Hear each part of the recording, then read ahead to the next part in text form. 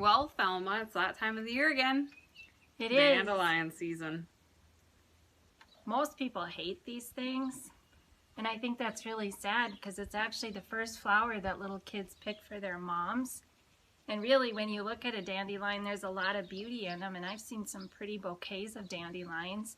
They don't last very long, but they sure are pretty and brighten your table, and God had a purpose for them when He put them on the earth.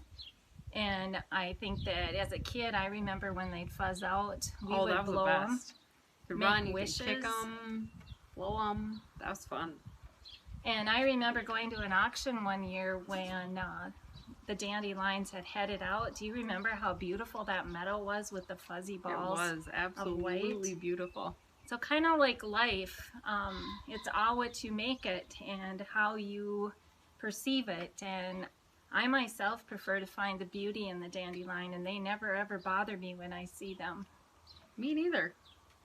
Some people make dandelion wine. What kind of wine are we drinking today, Louise? Oh, anybody that knows us knows we like going to vineyards. Today's episode is brought to you by Carlos Creek Peach, our favorite. And speaking of that, we might not be overlooking a vineyard, but we've opted to film outside today, so we hope you enjoy the wonderful sound of the birds and this lovely pheasant that talks to us quite often. Maybe a barking dog or two and some traffic passing by because it's absolutely gorgeous outside. We wanted to take advantage. Yes, we sure did. So what are we talking about today, Thelma? Well, we're going to take a look at candies again.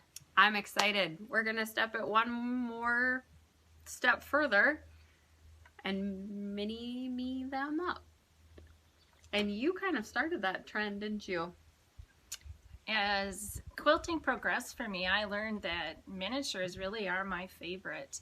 And I know a lot of people, it scares them, and a lot of people like to work with big quilts because they're a lot more utilitarian than these little quilts that I seem to be attracted to. But they work really well for filling up space on a table, making a gift. And we don't have our basket full, so you can see we're going to show you a lot of quilts today. Now this was, you've seen this on our episode of A Blast from the Past, because this was actually my very first candy pattern that I ever made. And it takes that 2.5-inch square, and you're going to cut it down after you've sewn with it. So in no way, shape, or form are you ever working with these little tiny squares before you've sewn them as a 2.5-inch square and cut them down. And then I added some wool applique in the border of this scalloped little quilt, and it has been one of our best-selling patterns that we've designed using the candy pre-cut. Speaking of that, Louise, can you show them what your best-selling candy pattern has been? Oofta! Oofta, we're home. This little guy kind of started as a joke. What most people don't know, this idea originated back one day, and I said, this is what I'm going to do with it. And my mom was like, I'm not really sure about that, Lacey. But much to my delight, we had just enough fabric squares to do the light background, and it's pieced the same way that that little Sweet Fleurs quilt is. And we put a little heart over where we live, and I kind of told my mom, you picked a good place because our heart is very nice and centered. But Oofta, where home has been my biggest claim to fame. So with those little patches, I decided to do what I call dainty patches. And this just stays as a 2-color quilt. Add some decorative quilting. Once again, it's a quick little quilt to put together. And the next time around, I probably will add some wool applique to it as well. This is called Dainty Patches. What have you got next in your basket of goodies? Another little patched quilt. I chuckle when we dig this little quilt out. Once again, it's the tiny little squares with some sashing in them. And I want to ask how many people can see that my mom, Thelma, didn't finish this. And every time I dig it out, I see that and it makes me chuckle. I've chuckled when we've had it at a quilt booth because I'll sit there and look and all of a sudden it's like, oh, there's that bald spot that forgot to have some stitching. The other thing that I noticed today when we were rolling it up is part of the red are star stitches And part of the red are actually clusters of French knots. So it gives you two different options, or you can just leave it bald like it is in that one area. Another quick little project to piece together. Don't you think that you should leave a few comments and tell her you'd like to see it finished? That'd be great. Flood her with comments. How many people have buttons? Anybody? I think she needs to raise both hands. I have boxes and crocks and jars of old buttons, and I like to save my buttons for good. When I dig in there, I'll find a button that I really like and then usually feel like, oh, I think that I should save that for something different. And so it may never ever see the light of day other than in my crock or my box that's filled with buttons. This little guy's called bachelor buttons. And in each of the focal areas of the project, I put a button in there. So it's a great way to show off buttons that you've been collecting for many years as well. And a new one. How many people are excited about our candy club? This is a project. So we've had people signing up for our candy club, which we're really excited about. This will be one of the projects that you're going to see on our candy club. And you can see that we finished it off in two different ways here. And this particular one omitted that corner, and I added decorative stitching to frame off the prairie point area. I think it gives it a really cool look when you can use the decorative stitching and pop those out. It doesn't even look like the same quilt, Thelma. Thanks. I liked it. I love working with those little 4 patches. And what do we have next? Oh, this is one of my favorites because it gets to incorporate a little bit of embroidery. I'm a little black and white and shades of gray. And mine is red. So same pattern, looks a little different depending on the color of fabric that you're doing. Again, quick to piece together and easy to quilt.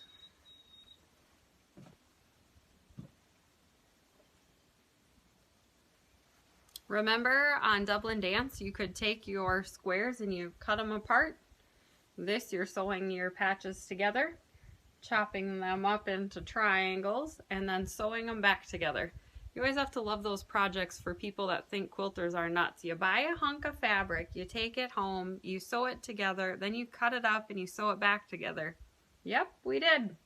And if you can look closely on this one, we used our decorative quilting in the sashing area. And on the black and pink quilt, we used the elongated utility stitch in a contrasting thread to show that wavy line off. Again, very quick to quilt. This is one of my favorites. So this was one of my first projects that I made when I moved out to South Dakota for school.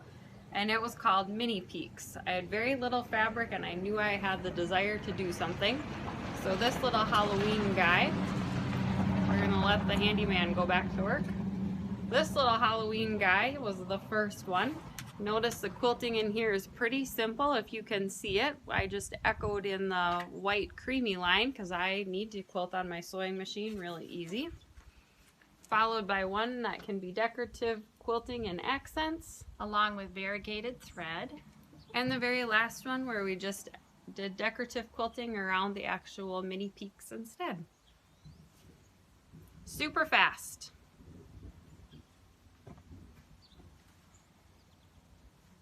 And next we have Twizzler, so I'll hang on to the bright one because this of course was the first guy. Anything we do once can always be done better. So we have one for Christmas. Quilting is the same on both, but this is Twizzler. And again, very simple to put together, very simple to quilt. We're getting down there. More little patches. Sweet 16. Do you remember what was your favorite thing about turning 16?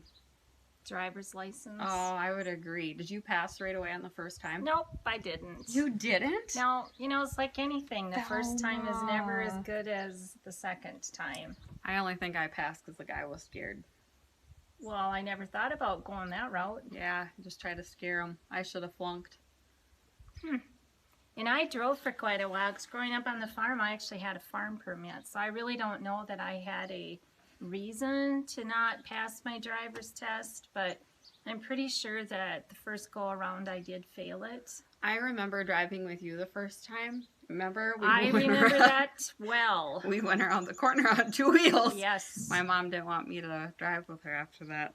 I sometimes think that, you know, those beginning driving days are maybe better done with a male in the car than the female in the car. I remember driving with my brother when he first got his permit, which now that I say that on camera probably was illegal because I probably wasn't old enough to. But I remember in my Jeep, we almost went in the ditch. He almost took out the mailbox. He scratched the side mirror of the Jeep, which to this day, now my parents know. Now everybody knows. Sorry, Joe. And now the handyman can't watch this episode of Thelma and Louise, I'm not thinking. No. And we made it across the bridge, and I remember thinking it was better that happened with me than with her. Absolutely it was. Yeah. Yeah, we lived. It was a good time. We do have a bridge that we cross when you come up here. You know, again, we're not sure what the fall is going to bring. So we certainly hope that we're going to be able to stay connected with you over the course of the year. And it's looking kind of bleak over the summertime. For those of you that don't know, we had to cancel our bus trip, but I'm excited. I signed the contract again today. We're just 2021. It's going to be better. Everything forward to 2021. A little hard to social distance on a bus. A little bit. But we're throwing around some ideas as to how to actually get to see you face to face and hopefully have a hug. Because, you know, the other night in the news I watched about a lady that said she couldn't wait to open up her shop and she must be a hugger. And she said, you know, when people walk in the door, the first thing I want to do is run up to them and give them a hug because it's been a while since I've seen them. And it's been the hardest part about my job. You go up and you want to shake hands with everybody and you want to give the person that graduated a hug, and elbow bumps don't really cut the mustard. Not really. It's just not the same as that embrace. Well, back to Sweet 16. This really is a Sweet 16. It is. Again, quite simple to do. I like to do things that are on point. This little pattern would also have a great open area for you to do some applique in it if you so desire to do that. I always think when I make that first one that I'm going to make a second one and do something different in those spots, but I haven't gotten that done. But we have been kicking butt getting stuff done. We have all sorts of fun show and tell to continue to present to you. Dug out some old things that have been in boxes. Blew the dust off of them. And actually got them really completed. Like them. Yeah. So we're going to have more fun show and tell. And it looks like we still have something in our egg basket. We do. Oh my goodness, it's more patches. Number 1 and number 2. And the difference between these two is this one here has just the setting triangles in them. And the dark one, we put a border around there, so it made it a little bit chubbier. Too big for a toilet tank topper. That was my goal. I did not want that on the back of a toilet tank. How many people did a toilet tank topper after you watched us? I have. I don't think I have yet. So, next week, you know, you asked me about when I was 16 and what I remembered, and the handyman likes to work on old cars, and he's had a shed full of old cars out here these last couple weeks, so he's in his glory. He can't wait for us to sit behind the wheel. And I think Thelma and Louise may be taking a road trip in an old Chevy that's quite sporty and snazzy. You're not going to want to miss it. And I think vintage quilts might go along with that episode. I think that'd be great. I mean, what quilter doesn't collect vintage quilts? So I am thinking that, you know, we maybe should take that old Roadster out for a drive and burn a little dress rubber up in our finest attire. Oh man, I'm gonna have to take a dress out. I'm gonna have to shave my legs above the knee. I won't look. We won't film your legs or your toenails. Sinks. You know, spas are closed. You can't go have a pedicure right now at this point in time. Can't even go get my hair done. So as long as you leave the rollers at home, we should be good. Okay. I can't wait to burn some rubber into next week's episode. Sounds good. We'll be looking forward to it, and we hope that you will be too. Sounds great. We'll see you all next time. Have a good week.